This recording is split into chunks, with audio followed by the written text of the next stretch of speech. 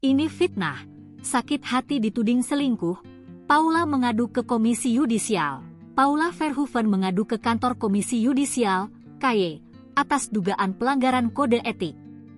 Paula menduga ada pelanggaran etik yang dilakukan Majelis Hakim Pengadilan Agama, PAK, Jakarta Selatan. Laporan atau aduan ini berkaitan dengan putusan sidang permohonan cerai Baim Wong di Pengadilan Agama Jakarta Selatan. Paula hadir di kantor KY, kawasan Salemba, Jakarta Selatan, pada Kamis, 17 April 2025, bersama tim kuasa hukumnya.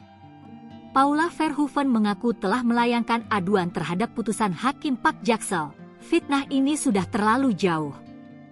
Di sini saya punya 2 anak laki-laki, di mana suatu hari ketika mereka dewasa mereka akan melihat berita yang saat ini beredar yang begitu masif, ujar Paula Verhoeven sambil menahan tangis. Dalam kesempatan yang sama, Paula kembali membantah tuduhan-tuduhan yang dilontarkan oleh pihak Baim Wong.